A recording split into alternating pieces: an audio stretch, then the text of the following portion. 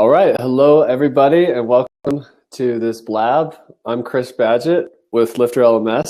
LifterLMS is the #1 WordPress plugin that makes it easy to create, sell, and protect engaging online courses. And I'm here with my business partner, Joshua Millage. How's it going, Josh? Good, good. How's everyone doing? Excellent.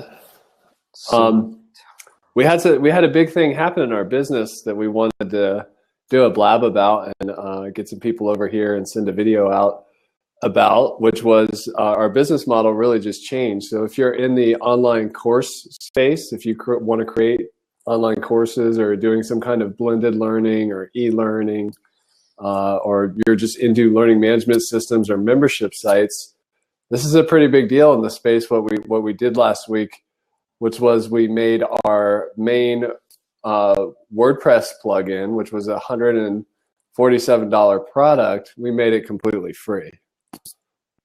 It's exciting, man, and nerve-wracking. And our good friend Adam over at Kitchen Sink WP got all the juicy details last night. So yeah, and I'll be on another podcast, WP Topic, this Saturday. So I'd love to just give a shout out to the WordPress community and how welcoming and all the words of encouragement that we've been getting since we went free and open source. It's a big leap on our part because of our business model's changing. We have other ways to generate cash flow so we can continue to improve the software and empower education entrepreneurs. For example, we have a done-for-you setup service we call Boost that people buy, and then we have some premium extensions in the way that, kind of like WooCommerce. WooCommerce is free, but you can get their paid extension Stripe so that you can accept credit card for your e-commerce. We have the same thing at LifterLMS. We have our own cart or our own way to check out and purchase courses that's designed specifically for online course creators. And we have a Stripe extension. So like our done-for-you service, our Stripe extension, our MailChimp extension. Very soon we have a ConvertKit extension coming out.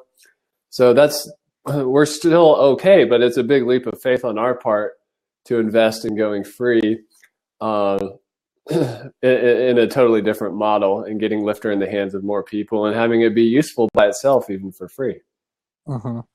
Yeah, I mean, it's a shift in our business model, but I think that one of the things for me was that we need to be honest about our vision and where we want to go. And I think this matches that vision of really democratizing education and changing the way that people learn online. And I don't think we're there yet, but this is a step in the right direction. It's a step in getting more people to use our platform, give us feedback. And I think in that journey and in that process, we can see new ways of helping people teach online. Absolutely. And the really cool thing, I mean, it's scary for us to do that, but it's just a big step. It's a big step, and we have our own podcast called LMS Cast. You can find that at podcast.lifterlms.com. And we have an episode about accelerating or exponential technology. And there's a point in any kind of technology journey where things become free. And we feel like as leaders in the online education space, that the tools and the perfect timing and everything, it's here. Our technology is ready to be free. And, you see this before in other industries where, things aren't free. Like, for example, if you had two coffee shops side by side, one charged you to access their Wi-Fi and another one did not charge you to access their Wi-Fi, you'd probably go get the free Wi-Fi. Mm-hmm. And they're still going to make money. You're still going to buy coffee and do whatever. But there's a point where it makes sense for things to be free. And it just happens with technology. Just like in a better technology example would be Google. Gmail is free, but if you want to do other things, they have other ways they make money, but they get the email in the hands of the entire world, and it's valuable by itself. So that's just part of the disruptive nature of technology, and there's that point where it goes free, and that's where we're at in the membership side or the online education space. It's exciting. I'm pumped. And we've had a lot of great stories already come to the surface about people who are now able to use it in remote places around the globe. $150 was too much for them, and now they can use it to train people abroad and hopefully better their lives, which is awesome. So, absolutely.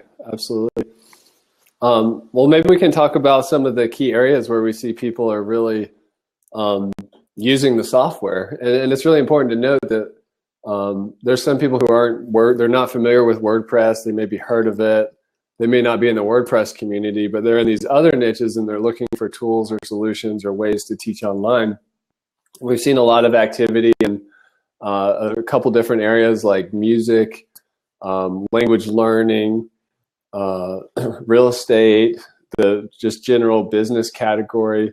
So if you're like a thought leader or an expert in that space, the tools are there for you to teach online, whether to supplement your live stuff that you're doing, or let's say you're a published author and now you're trying to get online and do online courses. It's a really perfect time, especially in these industries where anybody can be a teacher and build a business around that or supplement their existing business. Or if you're more interested in just creating or creating impact without necessarily having a cash motivation behind it, you can create free courses that generate awareness around topics, whether it's something about a political issue or something about a health issue or a nutrition issue. You can teach all those things with LifterLMS, and it's just the time is right to do that.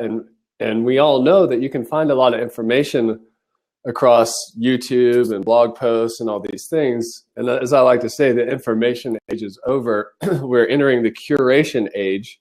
So it's really important, if you're stepping into the online course space, people can Google and find videos and tutorials and all these things, but your job as an online educator is to synthesize all that, curate it, take a minimalist approach, because everybody's overloaded, too much information, too much email, too many text messages, and really create that learning journey and take somebody from zero to hero in something really specific. Mm-hmm. So, and that's what gets us excited. I mean, I can hear the excitement in my voice because I see that opportunity when I look around. I see people, I see it inside of them. Like there's something they could share or help another person, and it just needs a vehicle for that. Mm-hmm. And that's like the thing that's crazy is this vehicle that we've built, now that it's free and open source, is no longer our vehicle, it's the community's. We've built the framework, but I'm really excited to see what people utilize Lifter for and what they build on top of it. It's so interesting to me that the initial set of contributions are in the area of translation. And one of the features that we gave away because of this vision was, voucher functionality and allowing people to sell offline. Because for those of you who are in the Western world, many places around the planet don't use PayPal. They don't have credit cards. They are cash societies, and they need a way to buy something, but then give away a voucher to give access to the course. And so it's just cool to see like that vision, including that in the core for the reason of giving those people the ability to sell without having to buy extension. And then immediately seeing the response and contributions like, I love what you guys are doing, but I need it translated in Portuguese or Afrikaans or wherever it is, And so that's interesting because now that's just one step. Now to me, what are the contributions to the core for the functionality going to look like? How is this vehicle going to change? Absolutely. Yeah, there's just so much opportunity. As a web professional who's been developing websites and software and consulting on the matters for a long time, I am daily really in awe of the scale of the internet. Especially like when you do something, you get on a plane and you realize how small you are in the world and you're flying over a city or whatever. Like the world is a really big place. Mm-hmm. And it is truly amazing how you could create a course on just about anything. I mean, you could create a course on model train repair, and I guarantee there's a market for that, but that's so niche that you can't it's not going to end up in a community college. You can't teach at a university. So, but you have this powerful tool. You have the vehicle like LifterLMS, and then you have the environment like the internet where that vehicle can operate, and you can literally access the entire world, at least the world that's on the internet, which is almost everywhere, and provide value and impact in all these areas. It's truly amazing. I mean, we're respectful of the privacy of our users, but just all the niches we've seen that people are creating courses in, it blows me away. Yeah, it's really mind-boggling, to be honest. We've seen some really niche, interesting courses that this is the problem being someone who's involved is I want to take them all. Yeah. I mean, there's some of them with people that are in our coaching program, around how to buy a business. I mean, yeah, dude, like, I wish that's stuff that I feel like I should have learned in my MBA, or at least had some sort of introduction, but that's something that's totally foreign. And that information, is interesting to me on a number of levels. For one, we're in this entrepreneurial age where entrepreneurship is cool. It's on the comeback. It's fun, it's trendy, but not everyone's an entrepreneur. And I think that type of information on how to buy a business and improve it is actually better suited to the majority of the population, because they're buying something that is already functioning. They can maximize it. But the question is, like, how do you do that? And where the heck do you go learn to do that? Like, that's a better question, right? Because the people that know how to do it probably don't want to share because they're so much money. So it's just seeing that sort of stuff happen to me. I'm going, wow, we're really on to something. And my personal mission outside of Lifter is to really revolutionize business education. So it's great to be a part of building this platform with our team, to see like the backbone that I'm going to use to really kick that project off, and the ripple, that's incredible. Huge. The ripple effects are huge. So yeah, and that's the power of democratization, where before, like, you don't have to have an MBA or there's other ways to learn or supplement your business training, or you might really only care about business in a really specific niche.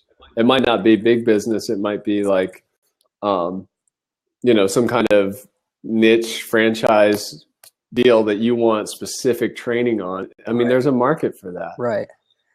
So it's awesome. It's awesome. So what are some of the things, Chris, that we have on the horizon that you're most excited about? Because this push is huge. There's been lots of questions about what's next. What are you going to do to build this company? I know my answer, but I'm curious, what's your answer? I think my answer is, like we started this show and I was talking about how grateful I am to the WordPress community for the warm welcome and, even the help along the way, getting to where we are now. It's just the WordPress community is amazing, and it is a truly amazing place. And it powers 20 to 25% of the internet. I'm not sure where we're at. It keeps going up. Maybe Adam from Kitchen Sink WP. Yep, there he goes in the comments. 25%. That's a quarter of the internet is powered by WordPress. The reality is a lot of the people that make up that number aren't necessarily super involved in the WordPress community. They just have a WordPress website, which is fine. But what I'm really excited about is really it's our Done For You boost service, in that I want to see people who aren't really necessarily have a technology first focus, which the WordPress community does have. Nothing wrong with that. But I want to see people like social entrepreneurs, even kids, use this kind of technology to further, to build businesses, to create jobs, to transform education into something more useful or more relevant in the modern era. And our Done For You boost service, I would like to figure out a way. I'm all about the triple win. So I want to see like a way to create an offer in these different areas where it makes sense for somebody to invest in our Done For You setup service. So we take all the technology headaches and you get to leverage our experience, that we get that accomplished. So we win, they get their platform up and run very fast. And then whoever it is that they're trying to impact in the world is like, has that aha moment where, okay, here's the training I've been waiting for. Where have you guys been all my life? Where the conversation's not around what technology was used to get me here, but just to be able to facilitate that process of connecting people, really in social, to tackle the big problems of today. That's what really excites me. That's things like, I come from a background in anthropology and sustainable development. So things like the energy issue, health and obesity, like globalization and its impact on culture, stress, all these kinds of things that are the pandemic things of our time. I'd love to see LifterLMS empower people who are leading the change. So an example of that might be a book author who has some kind of like breakthrough in scientific research about a way to not be stressed out, because there's so much like the rising diabetes, stress-related panic, anxiety, all these things in the modern world. If there's a scientist who like comes up, or a social scientist with like, all right, I figured out a way to help address this issue, they write a book about it. I'd love to like get with that person and help them launch courses around it that are even more absorbable than being a guest on a podcast show or writing a book or creating one YouTube video, to really empower that online learning where it ripples out and it positively impacts people. So it's kind of like what you're talking about, Josh, in business. Mm-hmm. For me, I get really excited about the social side of it. And also for me personally, like being, just helping facilitate, not being the publisher, but empowering that process for people to have, publishers get a bad rap. Yeah. But the world needs publishers to help get this information out there. Right. Yeah, that's huge.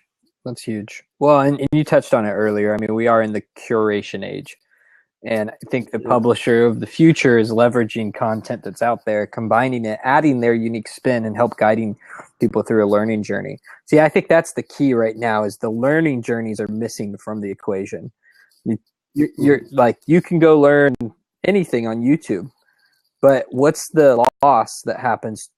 Like, how much energy are you spending figuring out what's useful, and the progression? Like, after you learn the basics of HTML, your paragraph tags, href tags, all that stuff, like, then what do you learn? Like, what do you go to next? Like, you don't even know how to search or where to go. It's like the guide. Yeah, the guide needs to show up and then interact with you to make sure that information is being internalized and can be taken action with, and that's where there's a lot of opportunity right now.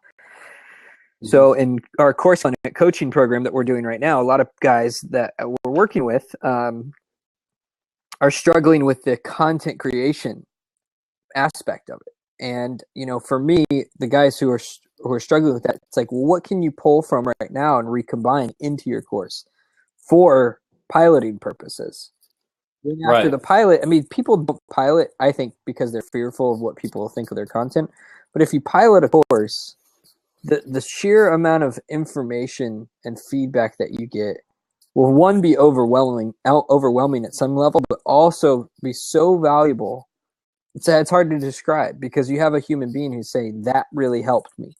That gave me a light bulb moment. I mean, that's huge. Those moments need to be captured and then put into a system that can be used and scaled out. And that, we're teaching that. As we deliver that content, I'm learning a bunch of stuff, but I'm not really taking anything new. I mean, I'm pulling from things that I learned back in the day from, Clay Collins, and he had a training called Interactive Offer, back to my days in academia around knowledge management, to,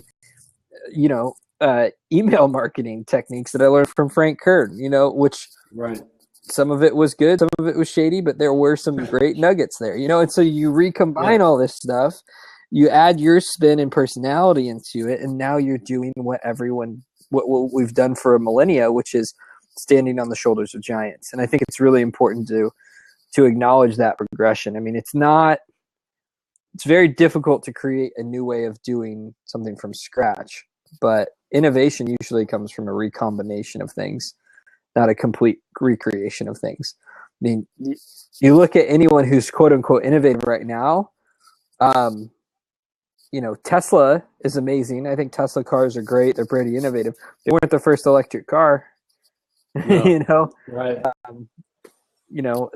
Same thing with SpaceX. Like, they didn't invent the rocket ship. Now they're taking it to a whole different level. I'm not saying that, but so I think we get in this mindset of we put ourselves in a category of trying to do something from scratch, but we gain so much if we look at whose shoulders can we stand on, what can we leverage that's already been done.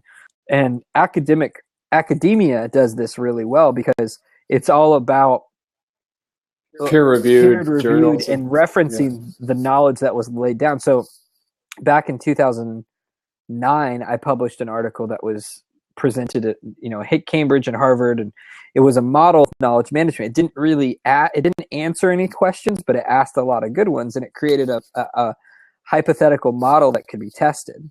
Well, now people are referencing my work and building on top of it and testing what I put out there.